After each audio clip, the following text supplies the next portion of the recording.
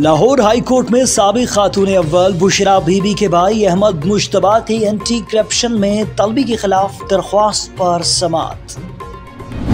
Islamabad election commission ने वज़ीर आला पंजाब के रोशन घर प्रोग्राम को 17 जुलाई तक मुअत्तल कर दिया, जिसके तहत उन्होंने पंजाब में 100 यूनिट तक बिजली इस्तेमाल करने वालों को बिजली मुफ्त फराहम करने का ऐलान किया था।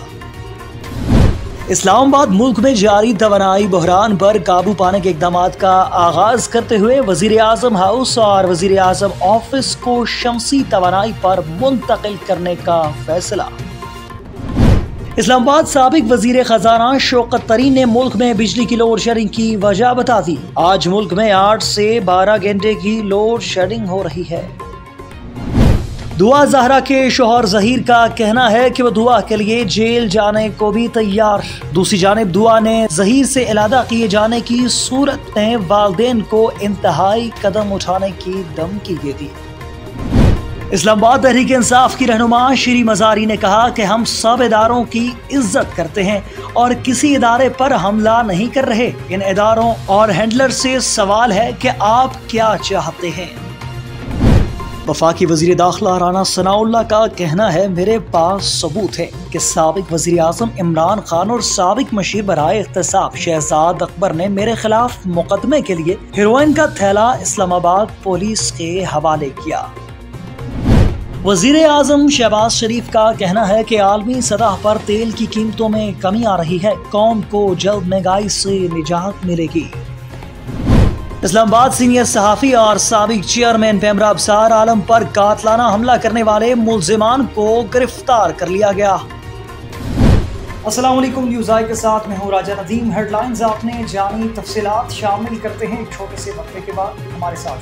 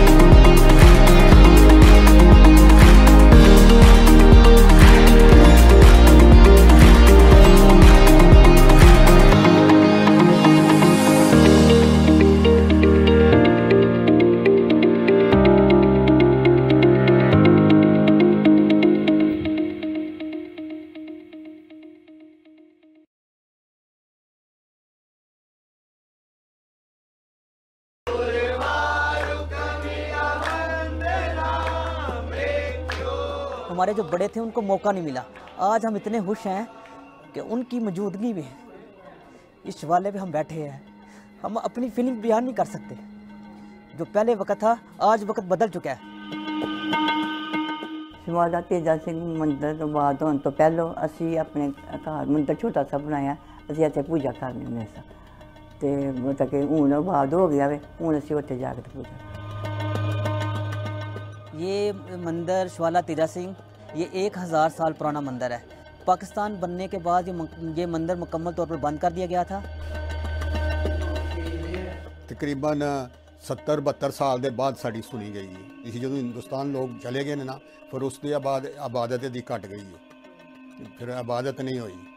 तो बाद दे विच ਕੋਈ ਟੁੱਟ ਭੱਜ ਵੀ ਗਿਆ ਸੀ, ਕੋਈ ਦੀ ਹਾਲਤ ਖਲਸਾ ਜ਼ਿਆਦਾ ਖਰਾਬ ਵੀ ਹੋ ਗਈ ਹੈ। ਫਿਰ ਜਦੋਂ ਹੁਣ ਆ ਕੇ ਇਹਦੀ ਜਿਹੜੀ ਵੈਲਿਊ ਬਣੀ ਉਹ ਬਹੁਤ ਪਿਆਰੀ ਲੱਗੀ ਸਾਨੂੰ। हम यहाँ पे हिंदू और मुस्लिम एक साथ रहते हैं, इकट्ठे रहते हैं। इस धरती में हम पैदा हुए और हमारा जीना मरना इसी धरती के साथ जुड़ा हुआ है। जब जहाँ पे अज़ान होती है ना, तो उस वक़्त यहाँ पे पूजा पाठ बंद कर दी जाती है एहतराम के तौर पे। हम एक साथ चलते हैं।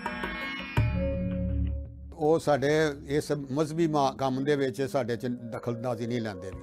ਉਹ ਕਹਿੰਦੇ ਉਹਨਾਂ ਦਾ ਆਪਣਾ ਕੰਮ ਹੈ, ਸਾਡਾ ਆਪਣਾ ਕੰਮ ਹੈ।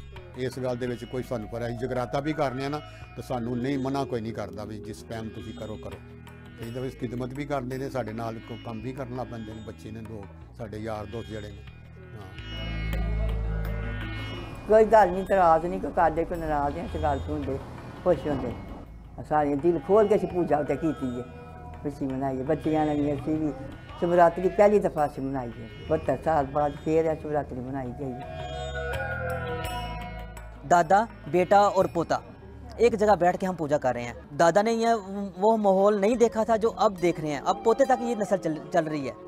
हम बहुत ही खुश हैं कि हमारी ये 3 नस्लें जो है ना एक साथ बैठ के यहाँ पे शिवालय में पूजा करेंगी। अपने धर्म का, अपने मजहब का पता चल गया कि साडा मजहब है। इस तो पहले पता नहीं सी चलता इन्हों कि असी की असी कोई दूजे की गल सुनते हैं तो वो हल हो जाते, इधर की गल सुनते तो हल हो जाते। हूँ इन्हों खास पता लग गया कि असी हिंदू हाँ और हिंदू बन के ही रहना है।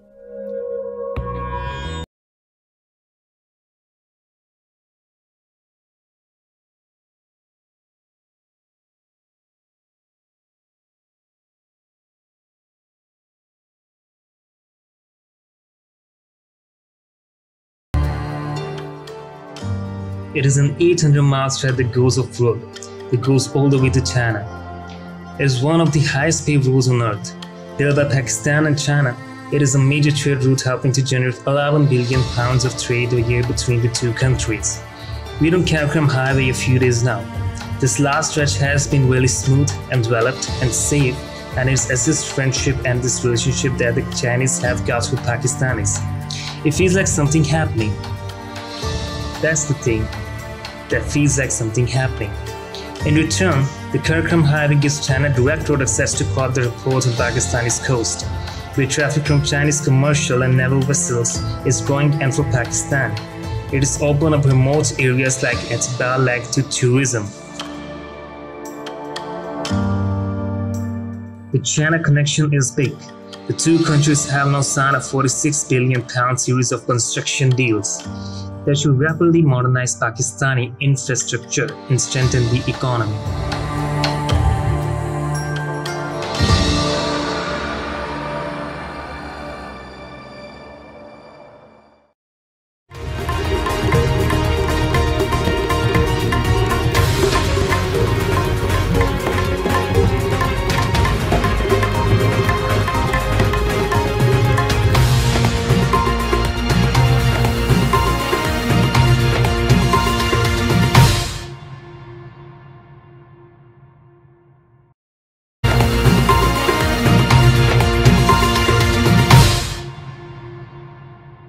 Welcome back. खबरनामे का बाकायदा आगाज करते चलें और आपको बताते चलें कि लाहौर हाई कोर्ट के जस्टिस मोहम्मद शान गुल ने अहमद मुश्तबा की दरख्वास्त पर समाअत की। अदालत ने एंटी करप्शन का अहमद मुश्तबा की तलबी का नोटिस मुअत्तल करने की इस्तदा रद्द कर दी।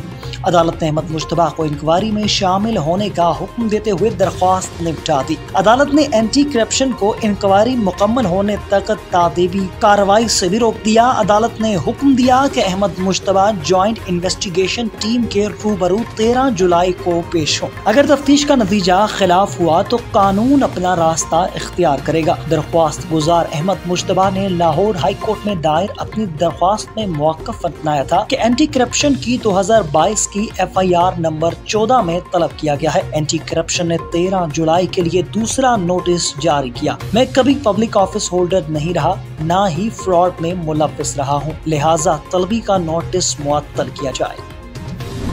इस्लामाबाद इलेक्शन कमीशन ने वज़ीर आला पंजाब के रोशन घर प्रोग्राम को 17 जुलाई तक मुअत्तल कर दिया, जिसके तहत उन्होंने पंजाब में 100 यूनिट तक बिजली इस्तेमाल करने वालों को बिजली मुफ्त फराहम करने का ऐलान किया था। इस मामले पर अब नायब सदर मुस्लिम लीग नून मरियम नवाज का भी बयान सामने आया है। उन्होंने इमरान खान पर तनकीद करते हुए कहा कि गरीब की मुफ्त बिजली छीनकर फितना खान की किस अना को तस्कीन पहुंची, नादारों के लिए रिलीफ को घटिया सियासत की बैंड चढ़ा दिया। मरियम नवाज ने कहा कि पंजाब के अवाम से नवाला छीन कर किस मुंह से इनसे वोट मांग रहे हो। फराह गोगी और पिंकी पीरनी के जरिए पंजाब में जो तबाही मचाई, इससे तसल्ली नहीं हुई।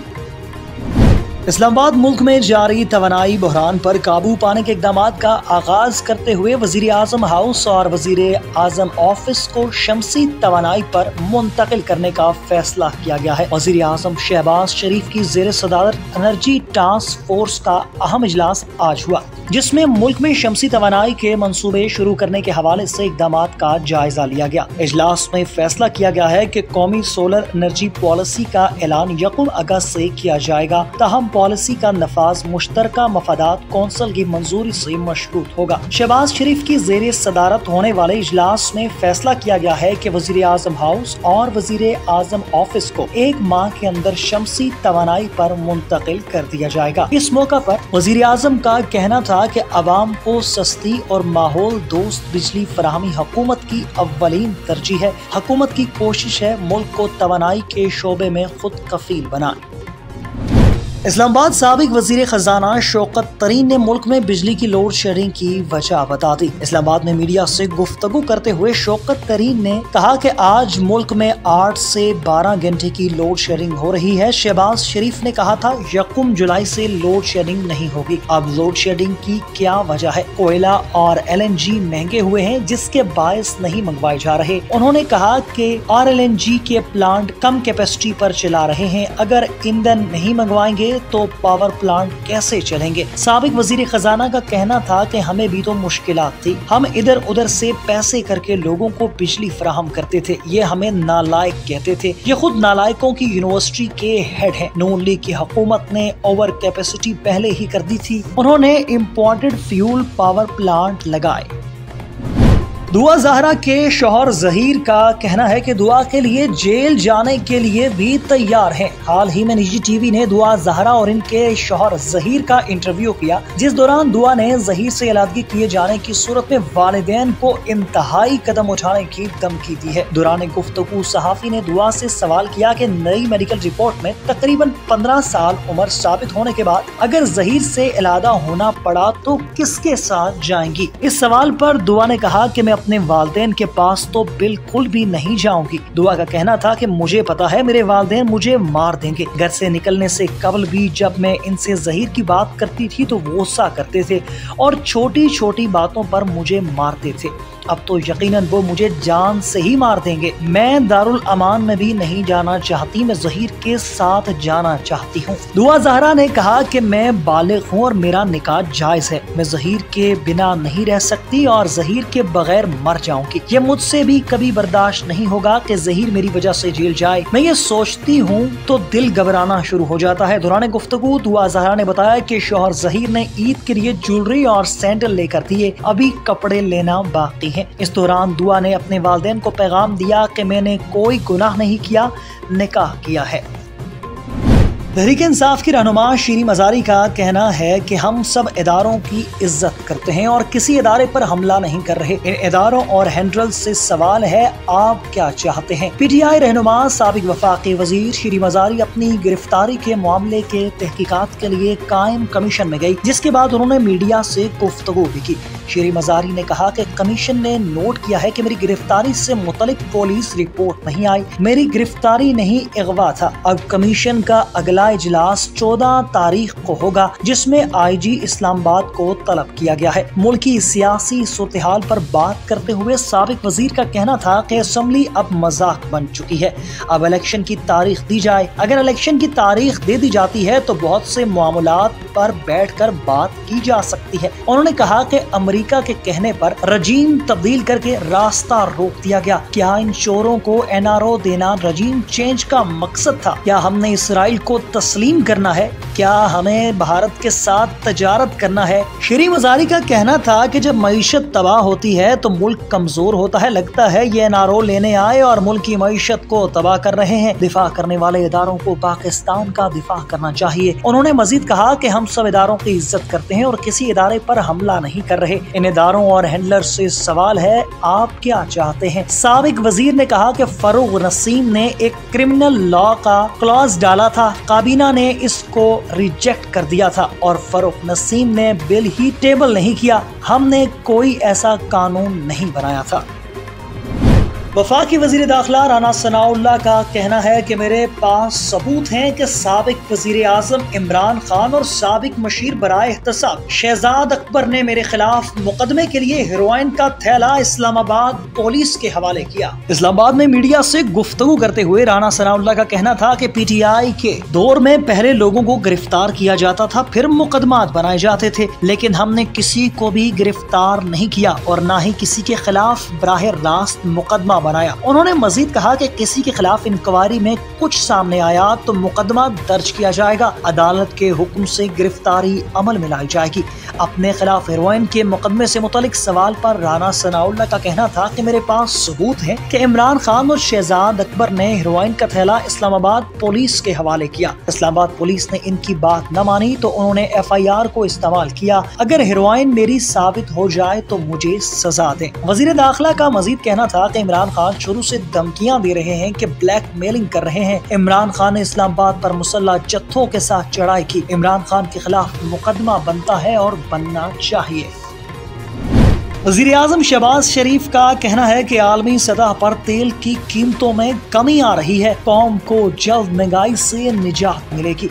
वज़ीर आज़म का green and blue line metro bus service मंसूबे की इफ्तिताही तकरीब से खिताब करते हुए कहना था, तेल की कीमतों में इजाफे ने दुनिया को परेशान कर रखा है, लेकिन खुदा का शुक्र है तेल की कीमतों में कुछ कमी हुई है। उनका मजीद कहना था कि महंगाई का सिलसिला 4 साल से जारी है। गुज़िश्ता हुकूमत की गलत पॉलिसियों की वजह से तरक्याती मंसूबे ताखीर का शिकार हैं। 4 साल की ताखीर का कौम हमसे जवाब मांगती है। चेयरमैन CDA माजी की कोताहियों और ताखीर का अजाला करें। शहबाज शरीफ का मजीद कहना था कि मुल्क कर्जों में जकड़ा हुआ है, लेकिन मुल्क को दरपेश चैलेंजेस का मुकाबला मिलकर करेंगे। हमारी हुकूमत मईशत को बेहतरी के लिए कोशा है। अवामी फलाह के मंसूबे हुकूमत की अव्वलीन तरजीह है। उनका मजीद कहना था कि मुल्क में शमसी तवानाई का जाल बिछाना चाहते हैं। आज इजलास में शमसी तवानाई के हवाले से फैसले करेंगे। शमसी तवानाई से आवाम की महंगी बिजली से जान छूट जाएगी। वज़ीर आज़म का कहना था कि आइंदा अवामी मंसूबे में गैर मेयारी टेंडरिंग हुई तो किसी की खैर नहीं। अवामी मंसूबे की ऐसी निगरानी करें जैसे अपने बच्चों की करते हैं और तरक्याती मंसूबों में शफाफियत को यकीनी बनाएं। उन्होंने मजीद कहा कि तरक्याती मंसूबे की तकमील में शफाफियत को यकीनी बना रहे हैं। माजी की ताखीर के अजाले के लिए तमाम इदारे भरपूर किरदार अदा कर रहे हैं। सीनियर सहाफ़ी साबिक चेयरमैन पेब्रा अब्सार आलम पर कातलाना हमला करने वाले मुल्जिमान को गिरफ्तार कर लिया गया है। सहाफ़ी उमर चीमा की रिपोर्ट के मुताबिक अब्सार आलम पर हमले की हदायत जर्मनी से शेखुपुरा में एक शख्स को दी गई, जिसने खुशाब से कराए के कातलों का बंदोबस्त किया और 15 लाख रुपए में मामला तय पाए। रिपोर्ट के मुताबिक हमला आवरों को एक सहाफ़ी असद तूर को कत्ल करने का टास्क दिया गया था, लेकिन अब्सार आलम के बच जाने की वजह से मंसूबा बदल गया। रिपोर्ट में यह भी बताया गया है कि शेखुपुरा पुलिस ने डकैती की वारदात में मुलव्विस मुल्जिमान को फरवरी में गिरफ्तार किया, जिसकी वजह से केस की सारी कड़ियां जुड़ती चली गई। वाज़ेह है कि अब्सार आलम पर 20 अप्रैल 2021 को इस वक्त फायरिंग की गई जब वो इस्लामाबाद में अपने घर के करीब पार्क में वॉक कर रहे थे। वाक़े में अब्सार आलम जख्मी हो गए थे। न्यूज़ स्टूडियो से फिल वक्त के लिए इतना ही। मजीद खबरों और अपडेट्स के लिए देखते रहिए न्यूज़। अल्लाह हाफ़िज़।